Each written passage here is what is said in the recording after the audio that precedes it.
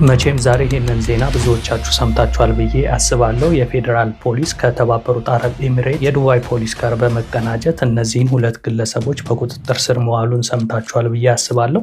የያዘበት ደግሞ ዋነኛ የወንጀል ኬዝ ምንድን ነው? ሂውማን ትራፊክ በሚባለው ወይም በህገወጥ የሰዎች ዝውውር ከ105 ሰዎች ላይ ከ188 ሚሊዮን ብር በላይ ወስዷል ብሎ ነው እንግዲህ በቁጥጥር ስር የዋላቸውና አሁን ዋነኛ ልነግራቸው የመጣሁት ነገር ምንድን ነው? እዚህ ጋር ከተያዙት ግለሰቦች መካከል አንዱ ግን ማን እንደሆነ አውቃችሁታል። በሶሻል ሚዲያ ስሙ ሀፒ ባለማዕተቡ የሚባለው ግለሰብ ነው እና ብዙ ጊዜ እናገረዋለሁ። ሁልጊዜም ቢሆን በህብረተሰቡ ዘንድ ሌባ ወይም ደግሞ አጭበርባሪ፣ ዱርዬ የተባሉ ሰዎችን አትፍሩ ነው የምላችሁ። ከዚህ ቀደምም ሌሎች ቪዲዮዎችን ሰርቻለሁ። በሃይማኖት ሽፋን የተሸፈኑ ሃይማኖተኛ የሚመስሉ ሰዎችን ነው ከምንም በላይ መጠንቀቅ ያለባችሁ ብዬ ብዙ ጊዜ ነግራችኋለሁ አይደለ? አሁን ከተያዙት ዋና ወንጀለኞች መካከል ታዲያ ይሄ ሀፒ ባለማዕተቡ የሚባለው የሚሰራቸውን ቪዲዮዎች ብዙ ጊዜ አይታችኋቸዋል አይደለ? እዚህ ጋር እንደምታዩት መጽሐፍ ቅዱስ ይዞ ሃይማኖተኛ መስሎ አንገቱ ላይ ግድንግድ መስቀል አስሮ ምናምን ነው የሚሰራው እና ብዙ ሰዎች ደግሞ ብዙ ጊዜ ገንዘባቸውንም የሚበሉት የተለያየ አይነት ነገር የሚደረጉት ሃይማኖተኛ በሚመስሉ ሰዎች ነው። ያም የሚሆንበት ምክንያት ምንድን ነው? በማህበረሰቡ ዘንድ ዱርዬ፣ ሌባ ምናምን የተባሉ ሰዎች አንደኛ ታፔላ ስለተሰጣቸው በቃ ዱርዬ ናቸው፣ ሌባ ናቸው ስለተባሉ እናንተም በነዛ ሰዎች የመሻወር ቻንሳችሁ አነስተኛ ነው። አስቀድማችሁም ትጠነቀቃላችሁ። እነዛ ሰዎችንም ስለምትፈሯቸው ለሌላ ነገር አትጋለጡ። በተቃራኒው ደግሞ ሃይማኖተኛ የሚመስሉ ሰዎችን ይሄ ገዳማት የሚያስተዋውቁ ኦር ስለ ቤተክርስቲያን የሚያወሩ ነጠላ አድርገው የቤተክርስቲያን ቪዲዮ እየቀረጹ ጸበል እየሄዱ የተለያየ አይነት ቪዲዮ እየሰሩ የሚቀራረጹ ሰዎችና ሃይማኖተኛ የሚመስሉ ሰዎችን ደግሞ በእናንተ አይን እነሱ ጻድቅ ናቸው። ግን ሁልጊዜም ሰዎችን እየሸወዱ ያሉትና በአደገኛ ሁኔታ ልትጠነቀቋቸው የሚገቡ ሰዎች ግን እንደነዚህ ያሉ ሰዎች ናቸው። እዚህ ላይ እንደምታዩት ፕሮፋይል ውስጥ ገብታችሁ ብታዩት በሙሉ መስቀል አድርጎ እያሸበሸበ ምናምን የሚሰራ ልጅ ነው እንግዲህ ይሄ ልጅ። ነገር ግን እነዚህ ሰዎች ከበስተጀርባ የሚሰሩት ስራ ግን እነዛ ዱርዬ የሚባሉት ወይም ደግሞ በህብረተሰቡ ዘንድ ሌባ ምናምን ተብለው የሚፈሩ ሰዎች እነሱ ከነዚህ አይን አንጻር ስታዩቸው እንደ ጻድቅ መቁጠር ሁሉ ትችላላችሁ። በእውነት እዚህ ጋር አሁን አንድ ቪዲዮ ላሰማችሁ። ያው ቪዲዮን ሶሻል ሚዲያ ላይ በቀጥታ ማሳየቱ ትንሽ ስለሚከብድና ሶሻል ሚዲያ አልጎሪዝምም ወይም ደግሞ ኮሚኒቲ ጋይድላይን ስለሚጥስ አይፈቅድም። ስለዚህ በፎቶ ተሸፍኖ በተወሰነ መንገድ ይህንን ድምፅ ስሙት።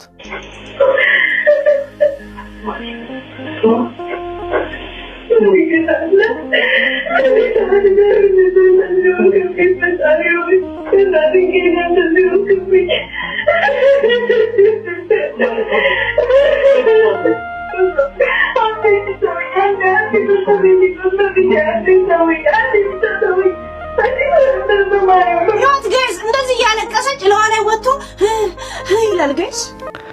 እንግዲህ እዚህ ጋር በመቤቴ ምናምን እያለች እየለመነች የምትሰሙት ይሄ አሁን ዛሬ በቁጥጥር ስር የዋለው ልጅ ቤቱ እየወሰደ ካሜራ በድብቅ ደብቆ እንግዲህ በህገ ወጥ መንገድ ከሀገር ከሚወስዷቸው ሰዎች መካከል ቤታቸው እየወሰዷቸው እንደዚህ ያስገድደው ሌላ ነገር እያደረጓቸው በኋላ ላይ ደግሞ ስራ አስቀጥሩን ወይም ከሀገር ያመጣንበትን ብር መልሱልን ሌላ ነገር ለማለት ቢሞክሩ ይሄ ቪዲዮ አለ አወጣባቸዋለሁ እያሉ በዚሁ ግለሰብ ምክንያት ስንት ሴቶች አደጋ እንደደረሰባቸው ይሄ ልጅ ከመያዙ አስቀድሞ የሆነ ቪዲዮ አንድ ሰው ስለዚህ ግለሰብ ሲናገር ነበርና እስኪ ሁሌም በመረጃና በማስረጃ ስለማወራችን ቪዲዮ በተወሰነ መንገድ ስሟት።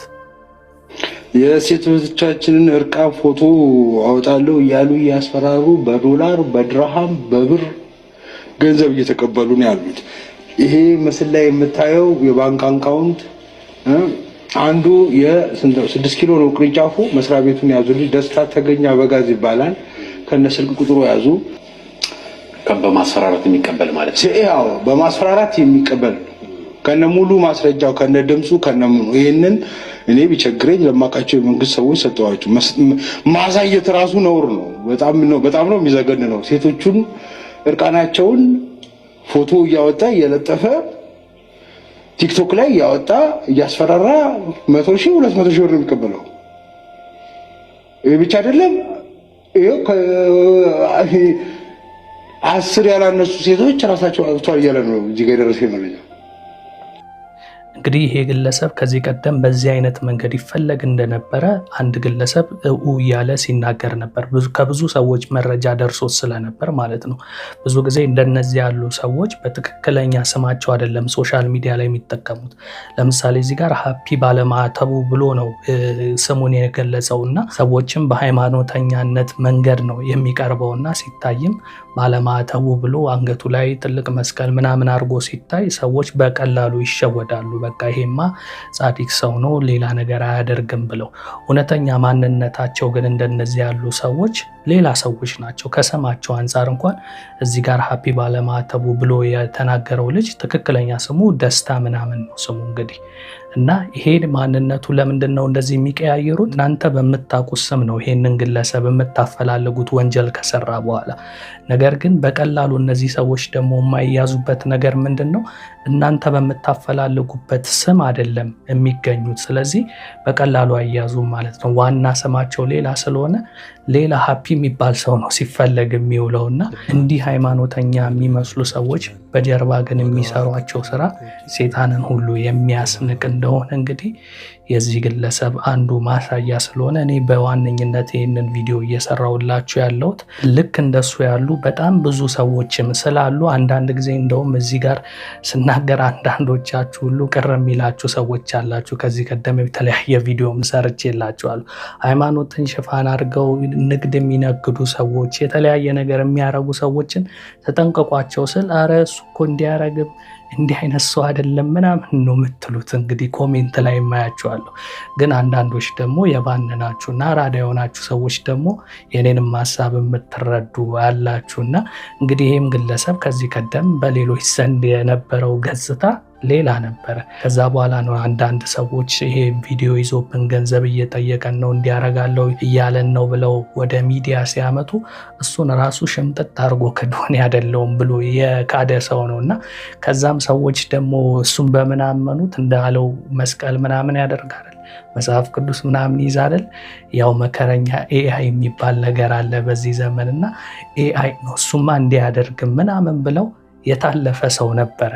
ነገር ግን የፌዴራል ፖሊስ በቨርቹዋል ቴክኖሎጂ እያንዳንዱ የድምፅ ግጂና በስተጀርባ የሚሰራውን ሴራ በተቀናጀ መንገድ በጥንቃቄ ከዱባይ ፖሊሶች ጋር በመቀናጀት እልህ አስጨራሽ በሆነ የምርመራ ውጤት እያንዳንዱን ነገር በመረጃና በማስረጃ ነው የያዘውና እነዚህ ሰዎች ግለሰቦችን በህገወጥ መንገድ ከሀገር ማውጣት ብቻ አይደለም፣ ባልኳችሁ መንገድ ደግሞ ሴቶችን ወሲባዊ ጥቃት በማድረግ ቪዲዮ በመቅረጽ በማስፈራራት አይደለም ስራ ማስቀጠር ይቅርና እንደውም በጉልበት ሌላ ቦታ ላይ በህገወጥ መንገድ እያሰሯቸው ገንዘብ ካላመጣችሁ ይህን ቪዲዮ እንለቃለን እያሉ ሁሉ ያስፈራራሉ። ወንዶቹን ደግሞ ባዶ ቤት ቆልፈው አንዴ ምግብ ከሰጧቸው በኋላ ከ8 ቀን በኋላ ምናምን ነው ደግሞ ሌላ ምግብ የሚሰጧቸውና በረሃብ ሁሉ ሲሰቃዩ እንደነበረ የፌዴራል ፖሊስ በዛሬ መግለጫው ላይ እዚህ ጋር እንደምታዩት በግልጽ አስቀምጦት ነበርና ከጎረቤት ፓኪስታኒዎች ነው እየለመናችሁ የምትበሉት? ሁሌ አይደለም። አንዳንዴ 20 ብር 30 ብር ይሰጣሉ በ5 ቀን በ7 ቀን ምናምን። ከዛ አንዳንዴ ደግሞ ፓኪስታኖችም ያመጣሉ ምግብ። ማለት ፓኪስታኖቹ ጎረቤት ስለሆኑ አዝነውላችሁ ነው ዝም ብለው የሚያመጡት ወይስ ምናችሁ ናቸው? እነሱ አሰሪዎቻችሁ ናቸው ምናችሁ? ለምንድን ነው የሚያመጡላችሁ? ጎረቤት ስለሆኑ ነው የሚያመጡት። ጎረቤት ስለሆኑ አዝነው ምግብ ያመጣሉ። ሩዝ እነዚህ በጣም ያሳዝናል። በእውነት በጣም ነው እንደዚህ ሰውን እንደዚህ። ይሄ እኮ በዚህ ዘመን በዱባይ ምድር ይሄ እኮ ህገ ወጥ የሰዎች ዝውውር እኮ ነው። ሰውን አምጥቶ እንደዚህ የሆነ ጠባብ ቤት ተከራይቶ እንደዚህ ማጎር ያለ ምግብ ያለ ምን። ይህንንም መነሻ አድርጌ ነው ከዚህ ቀደምም እናገረዋለሁ፣ ዛሬም እደግምላችኋለሁ። በማህበረሰቡ ዘንድ ሌባ፣ ዱርዬ ምናምን ተብለው ከሚፈረጁ ሰዎች በላይ ልትፈሯቸውና ልትጠነቀቋቸው የሚገቧቸው ሰዎች እንደነዚህ ያሉ ሃይማኖትን ሽፋን እያደረጉ ገዳማት ጋር እየሄዱ ቪዲዮ የሚቀራርጹ ነጠላ ምናምን ለባብሰው የቤተክርስቲያን ሰው የሚመስሉ ሰዎችን በጣም በጣም ልትጠነቀቁ ይገባልና አንድም ይሄ ልጅ አንድ ማስረጃ ነው። ሌሎች ደግሞ ያልተያዙ አሁንም ሶሻል ሚዲያ ላይ የምናያቸው በነጠላ ስር የተሸፈኑ የመስቀሉ ስር ቁማርተኞች ብዙ አሉ። አሁን እንዲህ ነው ብዬ እንግዲህ በነግራችሁ አንዳንዶቹን እናንተ እንደ መልአክ ሁሉ የምትዋቸው ሰዎች አሉ፣ ግን እነሱም በጊዜ ሂደት ማንነታቸው ይጋለጣሉ። ይሄንን ስናገር ታዲያ ሃይማኖተኛ የሆኑ ሰዎች ውሸታም ናቸው እያልኩኝ ግን እንዳልሆነ ልታውቁ ይገባል። ለምሳሌ የእኛ ቤተሰቦችም አሉ፣ እራሳችሁም ደግሞ እናንተም ሃይማኖተኛ ነኝ የምትሉ ሰዎችም ትኖራላችሁ። እንደናንተ ያለውን ሰው አይደለም። ትክክለኛ ሃይማኖተኛ የሆነ ሰው ሶሻል ሚዲያ ላይ ነጠላ እየለበሰ ጸበል ጋር እየሄደ ቪዲዮ እየተቀራረጸ ምናምን ሶሻል ሚዲያ ላይ የሚለቅ አይደለም። እምነቱን በልቡ የያዘ ሰው ነው እና የኔንም የእናንተንም ቤተሰቦች ብታዩዋቸው ከማናችንም በላይ ሃይማኖተኛ ናቸው። ግን አይደል ቪዲዮ እየቀረጹ ዛሬ እዚህ ገዳም ነኝ ወር ደግሞ እንዲህ አይነት ጸበል ቦታ ነኝ ምናምን እያሉ ሶሻል ሚዲያ ላይ አያጋሩም አይደል? ምክንያቱም እነሱ ለእናንተ ብለው አይደለም ጸሎት የሚያደርጉት፣ ለራሳቸው ለልጆቻቸው ለሀገራችንም ጭምር ስለሆነ በልባቸው እንጂ ጸሎታቸው እየተቀራረጹ ጥሩ ሰው መስለው በመታየት አይደለም አማኝ መስለው ለመታየት የሚሞክሩትና እኔ ልናገር የፈለግኩት እዚህ መጥተው ሃይማኖተኛ መስለው ለእናንተ አስበን ነው እንዲያደረግን ከዚህ ቦታ ጸበል አመጣንላችሁ የሆነ ገዳም ልናሰራ ነው፣ መነኮሳቱ ጎጆ ቤት ውስጥ ናቸው፣ የፈራረሰ ቤት ውስጥ ሊወድቁ ነው፣ በማርያም ይህንን ቪዲዮ በገብርኤል ይህን ቪዲዮ እንዳታሳልፉ እያሉ ድራማ የሚሰሩባችሁን ሰዎችን አትመኗቸው ነው። እነሱ 100% በኮሚሽን የሚሰሩ እናንተ ለሃይማኖታችሁ ያላችሁን ነገር ስለሚያውቁት በስስ ጎናችሁ ገብተው በቃ እንደናንተ መስለው ነው እንግዲህ ይህንን አይነት ድራማ የሚሰሩባችሁና ሁልጊዜ መተው አይታችሁ ከሆነ መጀመሪያ ላይ በጣም ኦቨር አክት ነው የሚያደርጉት። በቃ ገንዘብ ራሱ አጠያየቃቸውን አይታችሁ ከሆነ ተንበርክከው የሆነ ነገር ይዘው ምናምን ነውና ራሱ ቪዲዮውን እንዳታሳልፉት ራሱ ሼም ያስይዟቸዋል። በማርያም በገብርኤል ይህን ቪዲዮ እንዳታሳልፉት ምናምን ብለው ከጀመሩ እነሱን ሰዎች ያሳልፏቸው። በእውነት እናንተ ላይም ኃጢአት አይሆንም፣ እንደውም ኃጢአት የሚሆኑባችሁ እነዛን ሰዎች ካያችሁ ነው። ይህንን 100% ነው የምነግራችሁ። ለዚህም ደግሞ በቂ ማስረጃ ከዚህ በፊት የተለያዩ ቪዲዮዎች ለቅቅ ያለው ቻናሌ ውስጥ ገብታችሁ ማየት ትችላላችሁ። አስፈላጊም ከሆነ ይህን ነገር ዝም ብዬ ፈጥሬ የማወራው ነገር እንዳልሆነ ሌላ ጊዜም ከፈለጋችሁ አመጣላችኋለሁ፣ እናንተም ታውቁታላችሁና እንዲህ አይነቶቹን ሰዎች ተጠንቀቁ አልኩ እንጂ ሃይማኖታቸውን የሚያከብሩ የሚወዱ የሉም ማለቴ ስላልሆነ እኔ ልናገር የፈለግኩት በዋነኝነት ሃይማኖትን ሽፋን እያረጉ መጥተው የሚቀራረጹባችሁን ሰዎች ጥንቃቄ አድርጉ። ይኸው እንዲህ ነው ጉድ የሚያደርጓችሁ የሚለውን መልእክት ለማስተላለፍ ያህል ነው። ለማንኛውም በዛሬው ቪዲዮ ዙሪያ እናንተስ ምን የምትሉት ሀሳብ አስተያየት አላችሁ? ከስር ኮሜንት ጻፉልኝ። እናንተ ወይላ ነበር። መልካም ጊዜ